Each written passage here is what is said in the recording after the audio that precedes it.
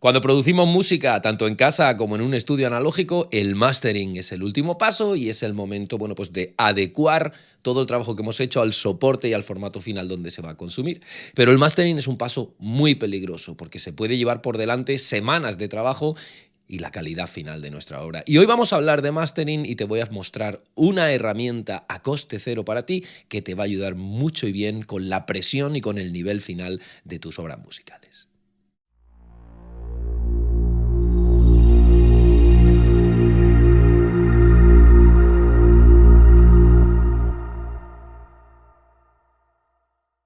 Saludos, camarada de produceaudio.net. Como te decía, el mastering es el último paso en la cadena productiva. Es el momento de, bueno, pues adecuar nuestra música, nuestro trabajo al soporte, al formato en el que se va a consumir. Y como te decía en la intro, es un paso tremendamente importante y tremendamente peligroso porque puede dar al traste con todo. De hecho, a mí, en primer lugar, me gusta pensar en el mastering como el maquillaje. Es decir, para mí el mastering es a la mezcla lo que el maquillaje es a la modelo. Si la modelo es una mujer tremendamente bella o si el modelo es un hombre tremendamente bello, con muy poquito maquillaje que le demos va a estar listo para una sesión de fotos. Pero si la modelo o el modelo realmente no son gente suficientemente bella per se, pues va a ser muy difícil, por mucho maquillaje que le pongamos, pues que puedan, digamos, estar listos para una sesión de fotos para una gran marca de maquillaje o de gafas. Entonces, yo te recomiendo que pienses siempre en el mastering como un pequeño retoque para tu mezcla y que nunca dejes para el mastering lo que puedes hacer en la mezcla o en etapas anteriores. Hay mucha gente que no piensa así, hay mucha gente que dice, bueno, yo hago la mezcla y ya en el mastering retoco y finalizo. Yo creo que no, yo creo que en la producción musical siempre hay que prestar atención a la etapa en la que estamos, extraer el 100% de la calidad que podemos extraer de esa etapa y no dejar para después lo que podemos hacer ahora. Por eso yo te recomiendo que pienses siempre en el mastering como eso, el último retoque, el último maquillaje para una modelo bien guapa. Por otro lado, a mí me gusta pensar en el mastering, digamos, de dos formas. Una, cuando estoy produciendo una sola canción, en cuyo caso el mastering lo voy a hacer en la propia sesión de mezcla, y si tengo algo que retocar, no voy a utilizar procesamiento de mastering, sino que voy a retocar mi mezcla. Y por otro lado, pienso en el mastering cuando estoy produciendo 3, 4, 5 obras para un cliente o para un EP de mi propia cosecha, en cuyo caso yo ahí no hago la sesión de mastering en la propia sesión de mezcla, sino que plancho todas las mezclas sin limitador, me las llevo a una sesión de mastering y ahí, bueno, pues intento encontrar un poquito de coherencia entre ellas, intento procesarlas un poquito para que todas tengan un, digamos, bueno, pues un poquito de cohesión de obra y luego las masterizo todas en la propia sesión de mastering. De hecho, a la hora de alcanzar la presión sonora necesaria tenemos que tener mucho cuidado porque no es lo mismo masterizar para un CD o para un vinilo o incluso para radio, cuyo estándar probablemente está entre -6 y -10 lufs de presión sonora, que masterizar para YouTube, Spotify, iTunes, que tienen unos estándares mucho más abajo. Es decir, ellos están entre -12 y -16 lufs. No es lo mismo masterizar para un disco o para un soporte físico que masterizar para una plataforma online. Y tenemos que tener mucho cuidado, porque si nos quedamos cortos a la hora de masterizar o si nos quedamos demasiado largos a la hora de masterizar, hay fábricas y hay plataformas que simplemente nos van a cambiar el volumen, pero hay otros que lo que hacen es utilizar un limitador para adecuar ese volumen. Y ahí podemos tener un problema muy gordo, porque si nosotros hemos limitado nuestra mezcla y luego la plataforma vuelve a limitarla, nos va a destrozar el audio. Por eso hay que intentar, digamos, clavar el nivel final de presión sonora que necesitamos para cada una de las plataformas. E incluso si estamos masterizando una canción que por un lado va a ir a una fábrica para un CD y por otro lado va a ir a iTunes, vamos a tener que hacer dos masterings diferentes, uno para fábrica y otro para plataforma. Así que hoy te voy a mostrar, de hecho, una herramienta completamente gratuita que te va a servir a ti para entender en qué nivel estás y si tienes que apretarle más a tu limitador o si tienes que soltarle un poco. De hecho, piensa que un limitador de 2 botones tiene un ceiling, que es el techo máximo, y luego tiene un umbral que según lo vas bajando, vas ganando presión sonora.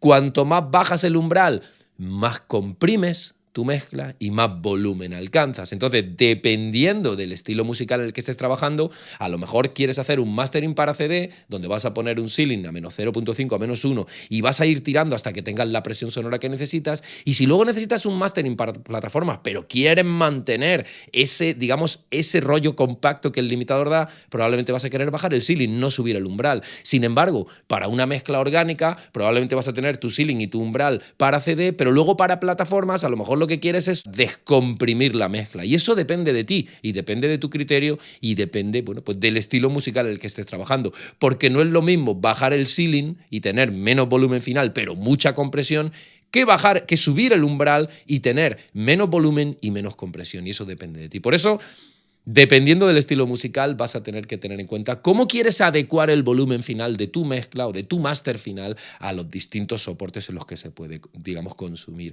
Y como te decía, hoy vamos a ver una herramienta completamente gratuita que te va a ayudar mucho y bien con eso.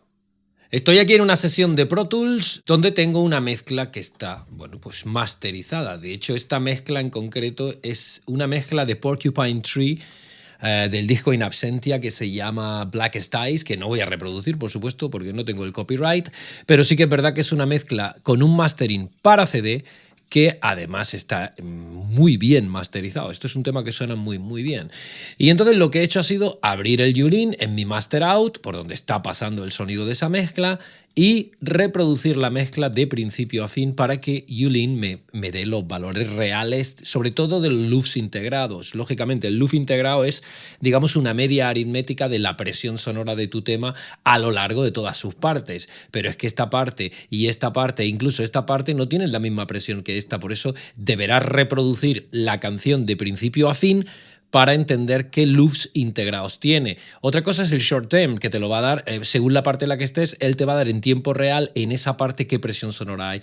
Pero si tú quieres, especialmente para el mastering en plataforma, mastering para CD y demás, si tú quieres saber cuánto es digamos, el valor de loops integrados, tienes que reproducir la canción de principio a fin. De hecho, si te fijas aquí en esta pantalla hay un pequeño histograma donde se puede ver toda la canción. Él ha capturado absolutamente toda la canción y cómo va entrando la mandanga, luego como hay un bajón aquí al final, aquí lo tienes, y luego cómo entra la mandanga final, ¿vale?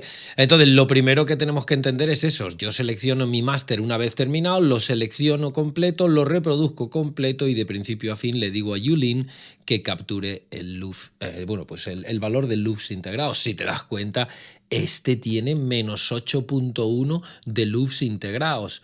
Es decir, esto es un mastering para CD, pero estamos hablando de que en plataformas probablemente hay que bajar 6 decibelios, porque la mayoría de plataformas funcionan a menos 14 loops integrados. Es decir, yo ahora mismo, este tema ahora mismo estaría 6 decibelios por encima de lo que, por ejemplo, YouTube o de lo que, por ejemplo, Spotify está pidiendo para los temas que le subimos, ¿no? Allí. Entonces, aquí yo tendría que tomar medidas, porque si yo no hago nada y subo este tema a Spotify, iTunes o YouTube, algunas plataformas le van a bajar el volumen, pero otras le van a aplicar un limitador para bajarle el volumen, y eso va a destrozar nuestro audio, porque este audio ya tiene un limitador actuando sobre él, y lógicamente si yo le pongo otro limitador lo voy a aplastar.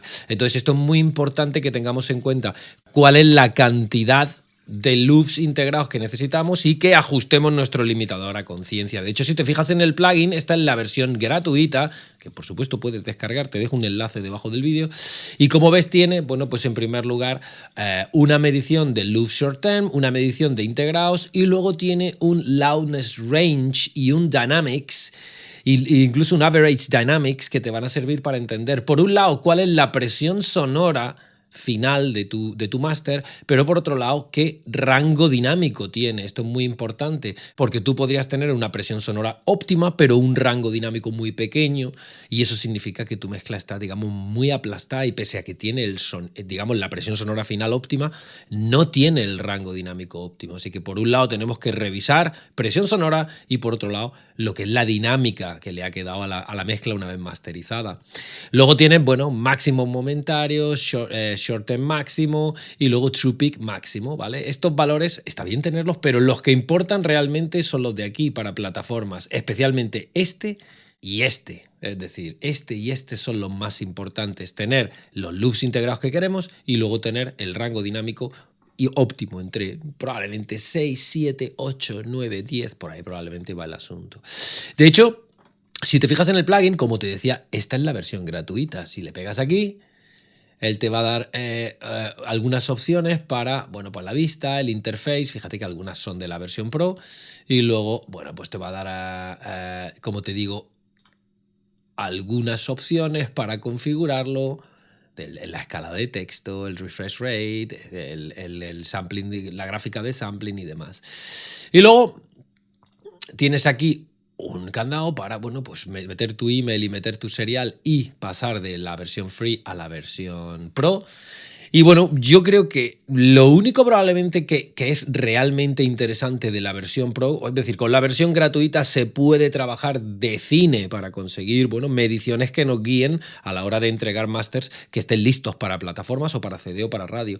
Pero bueno, es verdad que digamos, la versión Pro y la única característica que yo creo que es interesante de la versión Pro es que fíjate que en la versión gratuita tú tienes algunas mediciones para gaming, para televisión, películas y gaming, y tú puedes poner cualquiera de estos y él automáticamente aquí en esta gráfica te va a cambiar esto y te va a poner bueno, pues los valores óptimos que él cree que tú debes alcanzar para este tipo de formatos. De hecho, estos son los que nos interesan a nosotros como productores musicales. Spotify, YouTube, Apple Music, Tidal, Deezer, Netflix, HBO.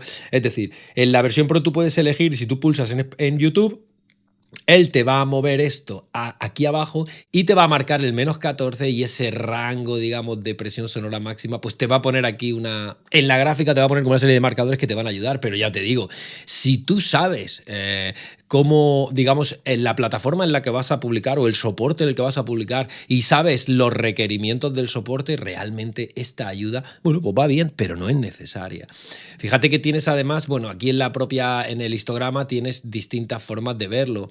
¿Vale? Aquí tienes este es el Short Term Loudness Graph, es decir, un gráfico de presión sonora short term que lo está dando aquí. Luego está el gráfico de loudness momentáneo, ¿no? Que sería, pues bueno, pues como el integrado y el short term, ¿no? Luego tienes aquí, de hecho, fíjate que aquí él te va dando el momentáneo, bueno, pues es un gráfico mucho más preciso, ¿no? Fíjate que te va dando cada segundo los loops que tienes. Luego tienes un True Peak Clipping Indication, que te está dando aquí arriba. Bueno, pues si hay clipping, que fíjate que él está marcando un falso clipping, desde luego, porque fíjate que está llegando a 0, pero no hay clipping, no está dando +1 en ningún momento. Te lo marca en rojo, fíjate que cuando te acercas más allá de -0.5 te marca en rojo, pero realmente este tema no tiene ningún clipping.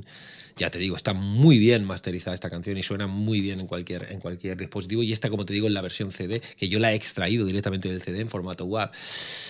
Y luego tienes aquí un Dialogue Detection Indicator, que esto es para probablemente cuando te están masterizando voces, diálogos y demás. Y luego tienes aquí la barra de loudness integrado relativo, pero fíjate que esto es una característica de la versión Pro. Y luego, tienes aquí también una serie de, de configuraciones que puedes, en la versión gratuita, puedes configurar, y como ves, algunas están marcadas como versión Pro, versión Pro, versión Pro. Pero básicamente este plugin en su versión gratuita es completamente operacional para, como te digo, mirar las medidas que necesitas conocer para según qué plataformas. Hemos hablado de presión sonora entre probablemente -8, -9 y -12 para CD. Fíjate que esta versión CD está en -8.1, está probablemente en el rango de arriba, ¿no? de la presión sonora de canciones para CD. Fíjate que mastering está más apretado que los tornillos de un submarino. Pero luego hemos hablado de que probablemente YouTube, Spotify, Apple Music, iTunes y ese tipo de Tidal, Bandcamp, pues están pidiendo una presión sonora de entre probablemente -16 y -14 loops, loops integrados, por supuesto, dependiendo de la propia plataforma. Y como te decía, si tú sabes el formato o el soporte final en el que vas a publicar tu máster, tú puedes entender si está aquí muy fuerte o si está muy flojo. Y yo te recomiendo que intentes quedarte lo más cerca posible de los loops integrados finales que te está pidiendo el soporte, por lo que te decía antes. Cuando entregamos un máster a una plataforma o a una fábrica de planchado de CD o de vinilo y lo entregamos digamos, con una variación de los loops integrados muy grande entre lo que nosotros entregamos y lo que ellos piden. Algunos de ellos simplemente juegan con un fader de volumen y eso no, o sea, no está mal, porque yo puedo bajar o subir el volumen del máster final y eso no va a afectar a nada más que su volumen. Pero otras plataformas utilizan limitadores, tanto para subir como para bajar el volumen. Si yo le entrego a una plataforma un mastering, ellos me están pidiendo -14 y yo se lo entrego a -11 loops, ellos tienen que bajarme 3 decibelios, porque estoy 3 decibelios por encima de lo que ellos están pidiendo. Y si ellos utilizan un limitador para bajarme esos 3 decibelios, van a chafar mi mezcla. Y eso sí va a afectar, a diferencia del fader de volumen, eso sí va a afectar a la textura y al sonido final de mi mezcla. Por eso yo te recomiendo que utilices esta herramienta siempre pensando en los loops integrados que quieres alcanzar, midiendo tu máster final y entendiendo si tienes que retocar tu limitador para tanto cambiar el volumen final, la presión sonora final, el loops integrados, como para cambiar el rango, digamos, de, bueno, pues el rango dinámico de tu mezcla. De hecho, un consejo que te puedo dar al respecto es, vamos a abrir aquí un limitador. De hecho, esto lo voy a dejar aquí abierto para que lo veamos. Vamos a abrir aquí un limitador. Imagínate que tú estás limitando tu mezcla y que estás, por ejemplo, utilizando un L3 y que, bueno, pues has puesto un ceiling de -0.5, de -1 para nunca clipear y que imagínate que estás con un umbral de -12. Imagínate que estás aquí y de repente estás masterizando, mides y te das cuenta de que te falta 1 dB. Pues lo más sencillo es bajar el umbral 1 dB y volver a medir. Seguir bajando o subiendo hasta que lo tengas aquí. Pero imagínate que tienes digamos, una presión sonora final óptima, pero tu rango dinámico es muy pequeño. Probablemente lo que está sucediendo es que tu mezcla tiene mucha presión, probablemente por el grave, porque tiene a lo mejor un poco de exceso de grave. Yo retocaría ese grave, le quitaría un poquito de grave, o bien en la propia mezcla, o bien poniendo una EQ antes del limitador y atenuando un poquito el grave, tipo, pues con un shelving a lo mejor decimos, oye, tenemos mucho grave, podemos quitar, no sé, 1 dB o 1 dB y medio de todo el grave de la mezcla, intentar controlarlo un poquito y ahora sí, volver a tirar y volver a medir. Probablemente eso va a liberar el rango dinámico de la mezcla, es decir, eso lo que va a hacer es que el rango dinámico aumente, porque muchas veces, de hecho, nos pasa que cuando estamos limitando y no conseguimos la presión sonora final que queremos y no llegamos a los loops que queremos es porque tenemos mucho grave en nuestra mezcla y cuando atenuamos el grave podemos volver a tirarle al limitador, podemos volver a tirarle sin que el limitador se asfixie y que nos acabe dando no solo los loops integrados, sino también un rango dinámico óptimo. Así que si encuentras que te falta bueno, pues loops integrados, siempre puedes seguir tirando del limitador. Si encuentras que te sobra, siempre puedes, digamos, bajar un poquito el umbral del limitador hasta que, bueno, pues tengas los loops integrados que buscas. Y si encuentras que tienes un problema con el rango dinámico de tu mezcla porque probablemente está un poco, digamos, por debajo de donde quieres, o incluso si encuentras que no estás llegando a los loops integrados que quieres pese a que le estás tirando al limitador y tu mezcla ya empieza a bombear y empieza a distorsionar, pero no llegas, yo te recomiendo que o bien vayas a tu mezcla o bien si estás haciendo una sesión de mastering y no tienes acceso a las multitracks, atenúes tu zona de grave, porque la zona de grave es lo que más presión le va a meter al limitador y es lo que va a hacer que el limitador se asfixie antes. Y además la zona de grave, el exceso especialmente, es lo que más loops integrados va a dar pese a que el volumen que queremos no lo hayamos conseguido y también lo que más va a chafar el rango dinámico. De hecho, cuando la mezcla tiene un exceso de grave, como te digo, el primer efecto colateral es ese. No llego al loop que quiero, pero le estoy tirando al limitador y mi mezcla empieza a saturar, empieza a distorsionar y empieza a sonar mal. Eso es porque tiene mucho grave. También te podría pasar que tú digas, empiezo a tirar y llego a los loops integrados, pero cuando comparo mi mezcla con otra referencia, la otra referencia suena mucho más alto que la mía. Ambos tenemos los mismos loops, pero ellos tienen más volumen. ¿Por qué? Porque yo tengo mucho grave y estoy excitando mucho el medidor con mi grave. El control de grave es tremendamente importante a la hora de conseguir masters finales que tengan la presión sonora medida por un lado óptima, pero que también tengan el volumen final óptimo y que cuando tú compares tu máster con una referencia profesional como es este tema de Porcupine Tree, pues que suenen a un volumen similar, porque una cosa es tener los loops integrados que necesito y otra cosa es tener la sensación de volumen percibida que quiero. Son cosas diferentes. Aquí estamos hablando de que este plugin te ayuda a medir con números lo que pasa en tu mezcla y lo que va a pasar cuando la mandes a una plataforma o a una fábrica, pero la oreja manda. Y te puede pasar que los números sean entre comillas correctos, pero que cuando tú escuchas tu mezcla digas, jolín, mi mezcla no suena tan fuerte o no tengo la sensación de que mi mezcla suene tan fuerte como mis referencias. Y eso tiene que ver normalmente con el control de la zona de 20 a 100 a 150. Así que, 1. Controla muy bien el grave de tu mezcla. 2. Nunca masterices una mezcla que no suena ya del copón de la baraja, ¿vale? Acostúmbrate siempre a masterizar mezclas que suenan bien, porque una mezcla que suena bien necesita muy poco trabajo de mastering, mientras que una mezcla que todavía no suena bien, da igual quien la masterice, no va a terminar de competir. Y 3. Recuerda que tienes un plugin gratuito que te va a permitir medir short terms, o sea, loops short terms, loops integrados y todo, el tema de tu rango dinámico de una forma muy sencilla y a coste cero para ti. Este plugin, como te digo, lo pones en tu máster de salida y te va a dar la información que necesitas para que siempre entregues másters a las plataformas o a las fábricas o al soporte o al formato que estás buscando, tan cerca como sea posible de los loops integrados que te están pidiendo, con un rango dinámico, que sea óptimo y que no esté chafado completamente tu máster. Y recuerda que independientemente de esos números, siempre tendrás que verificar si una vez que los números se cumplen, tu mezcla comparada con otras mezclas o tu máster comparado con otros máster profesionales tiene la misma sensación de potencia y de volumen y de presión sonora percibida, que al final del día es lo más importante.